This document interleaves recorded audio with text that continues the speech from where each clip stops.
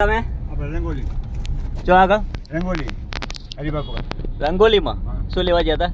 બાપુ બેઠા હરિબાપુ હરિબાપુ ભાઈ બેઠા હતા. હવે શું બસ જવું હે? આ છે રકમ આ શું લીધું હે? જમવાનું ચો જઈને જમવાનું. આ છે મને ઓળખો ને? કઈ રીતે ઓળખો કહો? જમણા પેલા વહાણા હતા તાર શું નામ તમારું? મારું નામ જાણાભાઈ જેણાભાઈ. જો મિત્રો, આ જેણાભાઈ છે બાભરમાં અને મારા મિત્ર છે. આની પહેલાં પણ અમે એમનો ફોટો અપલોડ કરેલો હતો ફેસબુકમાં, તમે કદાચ જોયો હશે.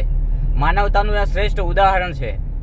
આ વ્યક્તિને પૈસાની કોઈ લાલચ નથી. તમારી પાસે કદાચ માગે તો 10 રૂપિયા માગે, પણ તમે 20 રૂપિયા આપો ને તો એમાંથી 10 રૂપિયા પાછા આપે છે આ વ્યક્તિ. આ વ્યક્તિને પૈસાની કોઈ લાલચ જ નથી. પૈસો એટલે શું જીવનમાં એ એમના મગજમાં જ નથી. પણ શાંતિથી જીવન જીવવાનું, પ્રેમથી જીવવાનું, કોઈ લોકો પાસે માંગીને ખોટી જીદ કરવાની નહીં. આ એ વ્યક્તિનો હેતુ છે. અને તમે કદાચ તમે એમને જોઈને એમને જમવા માટે કદાચ 50 રૂપિયા આપો ને તોય 40 રૂપિયા પાછા આપે. એમને માત્ર જોઈએ 10 રૂપિયા. શું કહેવું કાકા, રોજના કેટલા રૂપિયા જોઈએ? 20 રૂપિયા જોઈએ. સવારે 10 ને 20 સવારે 20 સવારે 20 સાંજે. બાકી કોઈક 40 આપે તો 20 પાછા આપી દેવાના. કેમ એમ? પણ બીજા પૈસા રાખો જોડે તો બીજા દિવસે કામ ના આવે. એટલો બધો સંતોષ, વિશ્વાસ, પૂરો માન આપણે ચાલે ગણાય. જો આજે મને રસ્તામાં મળ્યા બાભરમાં, મેં એમને મારી ગાડીમાં બેસાડી અને એમને જ્યાં જવું તું ત્યાં મૂકવા માટે જઈ રહ્યો છું. અત્યારે આપ જોઈ રહ્યા છો મારી પાછળ બેઠા છે મારી ગાડીમાં. અને મેં એમને જોયા સામે આવતા હતા, એટલે મને લાગ્યું કે અહીંયા જણાભાઈ આવે છે. એટલે મને એવું થયું કે એમને ક્યાં જવું છે. એટલે એમને કીધું કે મારે રાધનપુર ચોકડી જવું છે. અહીંયા સર્કલ છે જે બાભરમાં. તો અત્યારે હું મારી ગાડીમાં એમને બેસાડી અને એમને મૂકવા માટે જઉં છું, જ્યાં પણ જવું હોય ત્યાં. કારણ કે આવા વ્યક્તિ સાથે આની પહેલાં તમે ફેસબુકમાં કદાચ મારો એમની સાથે ફોટો જોયો હશે. બહુ હૃદયસ્પર્શી વ્યક્તિ છે. એટલે હું આ વિડીયો એના માટે નથી બનાવતો કે આના માટે મને કોઈ જશ આપે, પરંતુ આવી માનવતા દરેક વ્યક્તિમાં હોય અને દરેક વ્યક્તિ આવી માનવતા રાખે ને તો આવા વ્યક્તિઓ જે છે એ દુઃખી ના થાય. એના માટે આ વિડીયો બનાવ્યો છે. જોઈ લો જેણાભાઈ મારી ગાડીમાં. હવે પાછું મને કે હવે પાછું બજારમાં જવું છે. એટલે હવે હું એમને બજારમાં ઉતારી અને પછી નીકળી જઈશ. અને આપણે ગુરુવાર અથવા રવિવારના દિવસે એમને તૈયાર કરવાના છે. એમની દાઢી, મૂછ, એમને કપડાં, બૂટ બધું જ લઈ આપવાનું છે. અને એમને બહુ સારી રીતે તૈયાર કરી અને એમાંથી લોકો કંઈક પ્રેરણા લે. ઘણા બધા તમે સોશિયલ મીડિયામાં જોતા હશો, અનેક સેવાભાવી વ્યક્તિઓ આવી સેવા કરતા હોય છે. મને પણ આનંદ થયો છે, કારણ કે આ જ્યારે એક સોશિયલ મીડિયામાં મેં ફોટો અપલોડ કર્યો અને ત્યારબાદ મારી આ બીજી મુલાકાત છે. એની વચ્ચે મેં ઘણા બધા ગોત્યા પણ મળ્યા નહીં. આજે એમનું ફાઇનલ એડ્રેસ લઈ લીધું છે કે રાત્રે રોકાણ ક્યાં કરે છે અને ક્યાં મને સતત મળશે. હવે એ બાબરમાં મને એડ્રેસ પણ આપી દીધું છે કે હું અહીંયા તમને મળીશ. અને બિલકુલ ગાંડા નથી, એકદમ પાવરફુલ મગજ છે. પણ એમનો એક સંદેશો છે કે પૈસાનો મોહ વ્યક્તિને ના હોવો જોઈએ. આજે એમને 10 કે 20 કે 30 કે વધુ 40 રૂપિયાની જરૂર પડે રોજની. અને 10 રૂપિયા તો બહુ કાફી થઈ ગયા. 1-2 ટાઈમ જમવાનું મળે ને તો આ જણાભાઈને ખૂબ જ કહેવાય છે. જણાભાઈ શું કહેશો?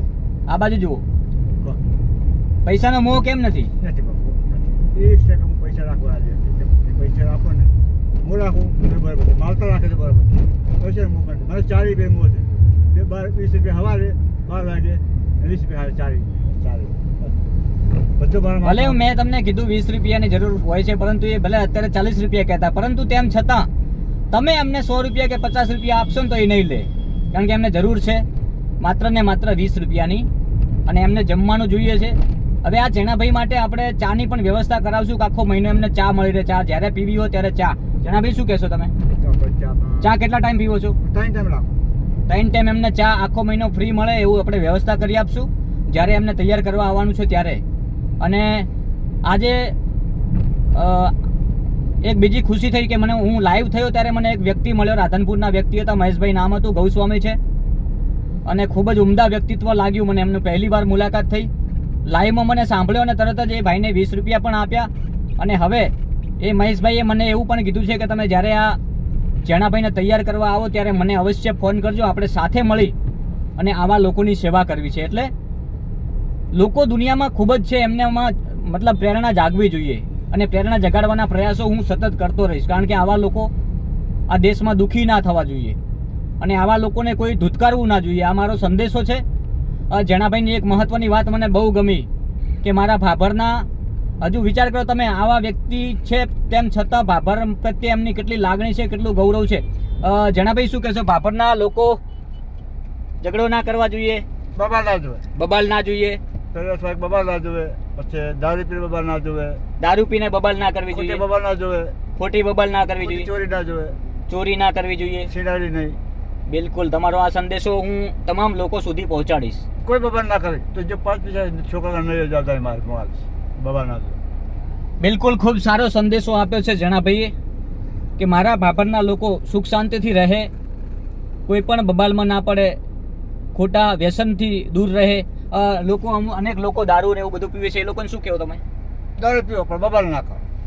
દારૂ પીવો પણ બબાલ ના કરો. બબાલ ના કરો. પણ દારૂ એ ના પીવે તો શું વાંધો? પરિવાર તો એ તો બાપ વ્યસન હોય તો પીતા હોય ના. બિલકુલ, વ્યસન હોય તો કદાચ વ્યક્તિ ના રહી શકતો હોય તો પીતા હોય, પરંતુ પીધા પછી બબાલ ના કરવી, આ પણ એક મોટો સંદેશો છે. આ જણાભાઈનો તમે વિચાર કરો, આમાં એવું વ્યક્તિત્વ સમાયેલું છે. આ વ્યક્તિ ભલે તમને એવા લાગે, મારી જ ગાડીમાં બેઠા છે અને આજે ભાભરમાં હું એમને ફરાવી રહ્યો છું. એમને જ્યાં જવું હોય ત્યાં હું મૂકવા પણ જવાનો છું. એ કદાચ એમ કે મારે અહીંયા જવું છે તો ત્યાંથી ગયા પછી એમ કે મારે બીજી જગ્યાએ જવું છે તો બીજી જગ્યાએ. પણ જણાભાઈને હું આજે સાથે જ રાખવાનો છું અને ગુરુવાર અથવા રવિવારે હું તમને આગળના દિવસે કહી દઈશ કે આટલા વાગે આ જણાભાઈને નવા કપડાં, વાળ, દાઢી બધું તૈયાર કરવાના છે અને બહુ સુંદર રીતે તૈયાર કરવાના છે. બૂટ, ચપ્પલ પહેરવા હોય તો ચપ્પલ, અને બધી રીતે એમને તૈયાર કરી અને એમનું શું વ્યક્તિત્વ છે એ આપણે આગામી સમયમાં, ટૂંક સમયમાં જાણશું.